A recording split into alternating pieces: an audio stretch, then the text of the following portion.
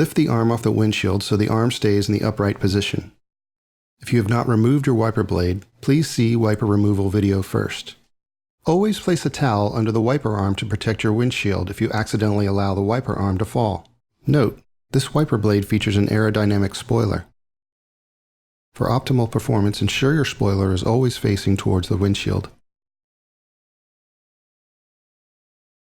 For installation on a pinch tab arm, the connector you will be using has been pre-installed for convenience. Follow these steps for quick and easy installation.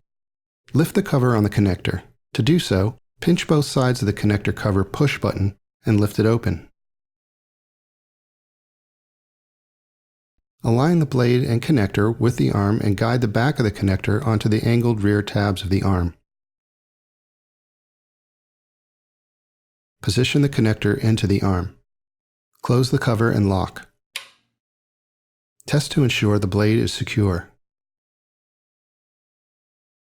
Place the arm gently back on the windshield. Never let the arm release directly onto the windshield, as this will cause damage. To optimize the silicone wiper performance and activate the water repelling benefit, be sure your windshield is clean, dry, and free of any debris.